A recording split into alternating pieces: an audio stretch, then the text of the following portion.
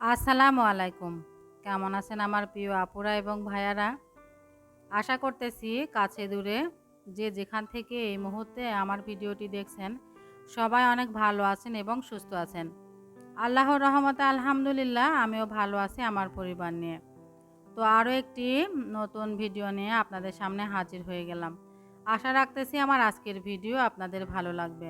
যদি ভালো লাগে তাহলে শেষ পর্যন্ত আমার ভিডিওর সাথে থেকে যাবেন। আর অবশ্যই একটি লাইক দিয়ে দিবেন, কারণ আপনার একটি লাইক অনেক গুরুত্বপূর্ণ। আমার ভিডিওটি আরও 10 জন ভাইয়াপুর মোবাইলে পৌঁছায় যাবে। আর আমার চ্যানেলের ভিডিও যদি আজকে আপনি প্রথম দেখে থাকেন তাহলে আমার চ্যানেলকে সাবস্ক্রাইব করে দিয়ে পাশে থাকা যে বেল বাটনটি আছে সেটা অল অপশন অন করে রাখবেন। আমি যখনই নতুন কোনো ভিডিও আপলোড দেব তখনই আপনাদের মোবাইলে নোটিফিকেশন আকারে চলে যাবে, আপনারা আপনাদের ইচ্ছা মতো দেখে নিতে পারবেন। তো সকালবেলা ঘুম থেকে উঠে সরাসরি রান্নাঘরে চলে আসছি, শুধু ব্রাশ করে ফ্রেশ হয়ে নিয়ে রান্নাঘরে এসে রুটি বানিয়ে নিলাম। আর হচ্ছে আলু ভাজি করছি আগেই করে, এখন হচ্ছে আর কি আমরা 3 মা ছেলে খেয়ে নিব। আর সাফানের বাবা অনেক সকালে আর কি খাওয়া দাওয়া করে চলে গেছে।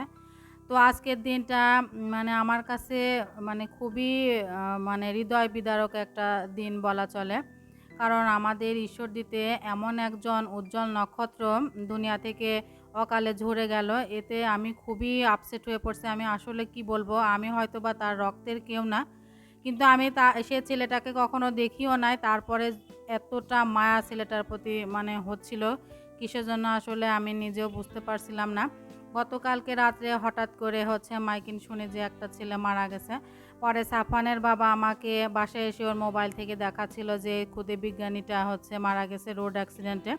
ও মূলত হচ্ছে ঈশ্বরদী থেকে পাবনাতে যাচ্ছিল আর কি। পাবনাতে হচ্ছে উনি মানে ডিসির কাছে যাচ্ছিল কিছু অনুমতি নেওয়ার জন্য আর কি। সে ছেলেটা মাঝ রাস্তাতে রোড অ্যাক্সিডেন্ট করে হচ্ছে ওকে পাবনা থেকে ঢাকা নিয়ে যাওয়ার পথে আর কি মারা যায়। তো আমি খুবই মানে শোকাহত, কি বলবো আসলে এইভাবে যে একটা মানে প্রাণ ঝরে যাবে, আর সেই মাটারই বা কেমন হচ্ছে বলেন। আজ থেকে 2-3 বছর আগে ছেলে তার বাবাকে হারাইছিল করোনার সময় আর কি। তো সেই সময় ও মানে চেয়েছিল যে ওর বাবা অক্সিজেনের অভাবে দুনিয়া থেকে চলে যেতে হয়েছে। এজন্য ও বাতাসের মাধ্যম দিয়ে হচ্ছে অক্সিজেন তৈরি করছিল, করে অনেকটা আর কি সাহায্য করছিল সেই সময়। ওখান থেকে ওর জার্নি শুরু। ও ছোটোখাটো অনেক কিছু আর কি আবিষ্কার করতেছে।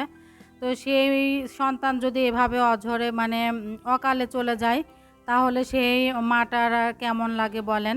আসলে সেই মাকে আল্লাহ তাআলা যেন মানে ধৈর্য ধরার তৌফিক দান করে। আমিন। আমি এটাই বলবো, কারণ আমারও নিজের 2টা সন্তান আছে। আমার তো সবসময় খালি মনে হচ্ছিল যদি আজকে আমার সন্তানের সাথে এমন হতো তাহলে কেমন হতো। এজন্য প্রত্যেকটা মানুষকেই বলবো যারা মানে গাড়ি চালান আর কি, সেসব ভাইদেরকে বলবো যে আপনারা একটু সাবধানে চালাবেন, এতে যেন কোনো মায়ের বুক যেন খালি না হয়। আর মানে একটা মানে নিষ্পাপ একটা সন্তান যেন অঝরে না ঝরে যায়।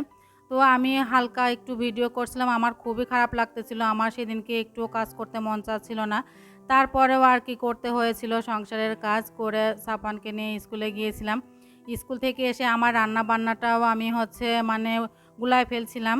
তো রান্না করতে করতে আমার অনেকটা দেরি হয়ে গিয়েছিল।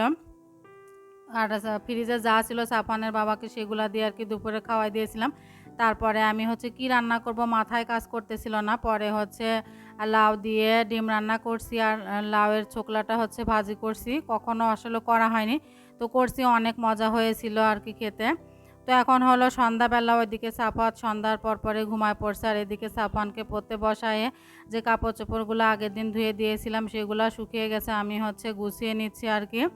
তো যাই হোক, আমার কথার মাঝে যদি কোনো ভুল ত্রুটি হয়ে যায় অবশ্যই ক্ষমা সুন্দর দৃষ্টিতে দেখবেন। আসলে কি বলবো, আসলে বলার কোনো ভাষা নেই। আমি হয়তোবা ভিডিওটা দেখে বলতে পারেন যে এই ভিডিওটুকু করার কি দরকার ছিল। আমার আসলে খুব খারাপ লাগতেছিল, আপনাদের কাছে স্মৃতি আকারে আর কি রেখে দিলাম।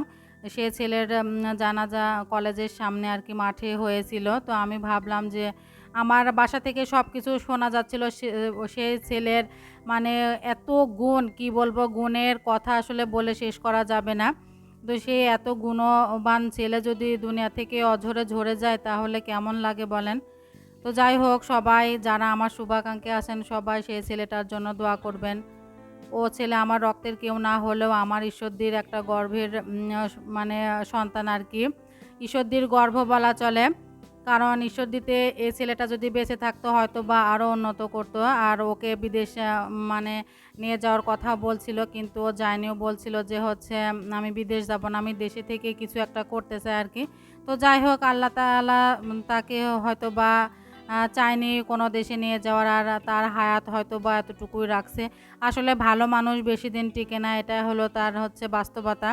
আর আমরা দেখেন এই দুনিয়াতে ক্ষণিকের জন্য এসেও আমরা কত কিছু করি। আমরা যদি জানতাম যে আমরা সারা জীবন বেঁচে থাকবো তাহলে মনে হয় দুনিয়াতে শুধু দুনিয়ার জন্যই করতাম। তারপরেও আমরা হচ্ছে দেখেন এই ক্ষণিকের দুনিয়াতে এসেও আমরা শুধু এই দুনিয়ার জন্য চিন্তা করি, ওই দুনিয়ার কথা একটাও ভাবি না। কিন্তু যাই হোক, কি আর বলবো, আমরা যদি সবাই মিলেমিশে থাকতাম তাহলে তো এই দুনিয়াটা এত খারাপ হতো না, অনেক ভালোই হতো। কিন্তু সবাই তো আর একরকম না, সবাইকে এক দাড়ি পাল্লাই মাপ করা যাবে না। হাতের 5টা আঙ্গুল যেমন 5 রকমের, 5 সাইজের আর কি, আর মানুষও তেমন। তো সবাই সে ছেলেটার জন্য দোয়া করবেন আর ছেলের মায়ের জন্য দোয়া করবেন যেন আল্লাহ তাআলা তাকে ধৈর্য ধারণ করার ক্ষমতা দেয়। তো আমি হচ্ছে কাপড় চোপড়গুলো গুছিয়ে নিয়েছি আর সাফানকে পড়তে বসাই দিয়েছি। দেখেন ও শুধু গল্প শুরু করে দিয়েছে আমার সাথে।